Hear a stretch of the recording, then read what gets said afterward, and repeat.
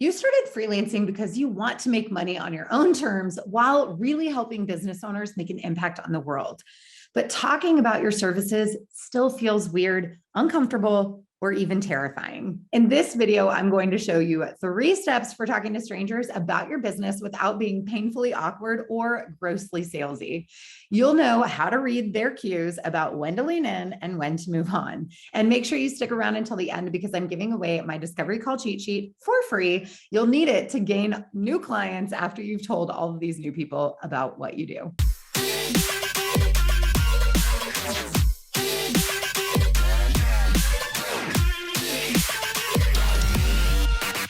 Hey there, Lauren Golden here with a new episode of Free Mama TV, showing moms like you how to start and run a successful virtual business from home. My mission is to make sure no mother has to choose between family and financial stability. If that sounds good to you, subscribe to my channel and hit the bell to be notified because I post a new episode of Free Mama TV right here each and every Tuesday. When I first decided that I was going to ditch my failed side hustles in pursuit of a freelancing business, I was scared. I had burdened my friends and family with my network marketing company days, asking them to host parties and buy products they probably didn't really care about just to support my endeavor. It was icky, and also why I'm no longer involved or a fan of this business model. I had also burned myself out as a wedding coordinator, working nights and weekends while still holding down my 9-to-5 job and raising my first baby. I was tired and a little embarrassed to admit I was going to be starting yet again another attempt to leave my full-time job behind. And after helping over 5,000 moms start freelancing, it's obvious that I wasn't alone. Nearly all of the women I work with have tried another make money from home opportunity prior to discovering the wonderful world of freelancing. And those past attempts can cause us to tell ourselves a whole lot of unhelpful stories in our heads around why we need to keep our virtual business hush hush. But here's the problem with that. You cannot build a service-based business in secret. One of my favorite Laurenisms, that is something I say over and over and over again, is if nobody knows what you're doing, how can they connect you with the people that you're meant to serve? You want your friends and family to know you're a social media manager, copywriter, or virtual assistant, the same way they know that you're a mom of 3, obsessed with animals, or a piano player. It's not about selling them on anything. It's about expanding your reach. Your friends and family know business owners, and at some point in the near future or long down the road, they might talk to one of these business owners who shares with them that they have a problem that your services could solve.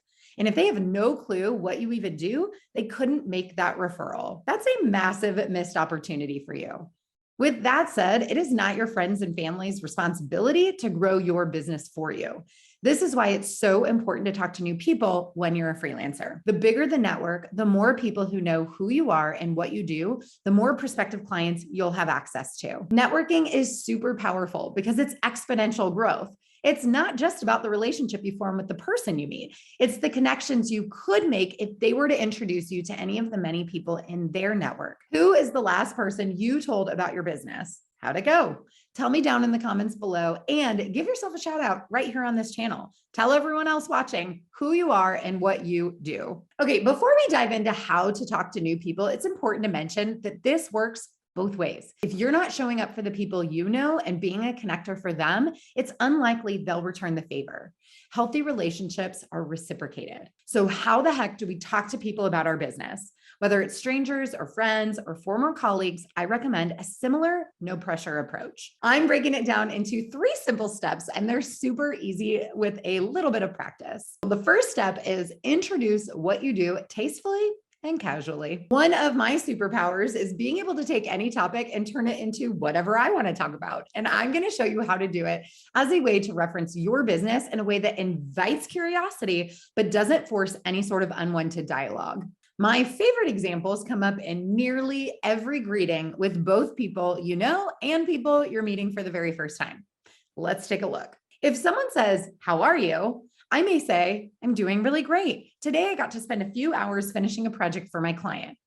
Or maybe they say, "How's your day going?"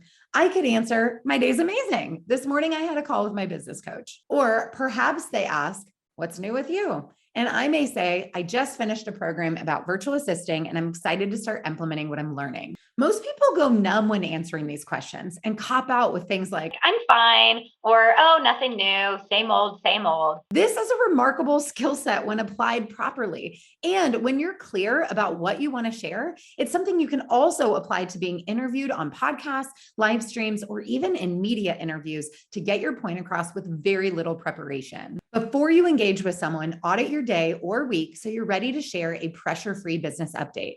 Even if you're brand new, maybe you just opened your bank account, watched a training video, or got your business cards completed. So this brings me to step number 2. Read the room. What's awesome about taking these really simple conversation starters and introducing your business subtly is that it puts the ball in their court. They can take the bait, as I like to say, if they're curious and ask a follow-up question like, That's cool. What type of work do you do? a business coach, what type of business do you have? Hey, what's a virtual assistant? Make sure you check out this video so you're prepared to explain your freelancing services in a way that keeps your new friend asking questions. On the other hand, they may have a more dismissive comment, such as, oh, that's neat. Based on their response, they are either opening a door, almost always with a question, for you to go into more detail about your business, or they're telling you with verbal or nonverbal cues that they aren't really interested. You need to be able to interpret these cues to know if you should drop the subject and back off or continue to elaborate on what it is that you do. Here's a pro tip. Your intention matters. Nobody likes to be treated like someone wants something from you. Your goal should be awareness, not what the other person can do for you. Your ability or inability to read their cues and have a conversation will make your intention pretty clear. And finally, step number 3, return the interest. Now, if they responded with a question, you should feel confident answering and talking about your business because they literally gave you permission to do so. But whether they were interested in your business and you kept talking about it, or you dropped the subject entirely, it's important to be a good conversationalist and a good human and show some interest in them as well. Some conversation transitions you can practice are, how about you? Or tell me what's new with you. How are things going in your world? What's something you're excited about? What's been the best part of your week? You can follow this model with your neighbor, the Starbucks barista, assuming they aren't too slammed, at a networking event, or with your uncle on Thanksgiving. Now you know how to talk to anyone about your business in a super genuine way. Practice with everyone you meet today. If you don't leave the house that much, hit up the grocery store just for the challenge. The more you do it, the easier this becomes. The next step after expanding your network is gaining more clients. And in order to do so, you'll need to know exactly what to do and say on a sales call. And I have the perfect resource to help you nail it. It's called my Discovery Call Cheat Sheet, and it's yours for free when you click on the link down below. Also, if you want to join a community of mamas just like you and practice your conversation skills, I have a Facebook group where thousands of mamas come together for support and action-taking tips and motivation. As always, if you liked today's video, please let me know by liking it below, subscribe, and share it with your fellow mamas.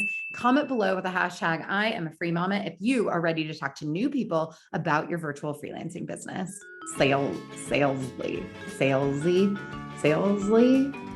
We don't know. My dog is crying in the other room and it's making me insane. Said share twice. Use the same words over and over. Why do we do this to myself? Did I just do this again? Oh my gosh, what was I doing when I wrote this? What?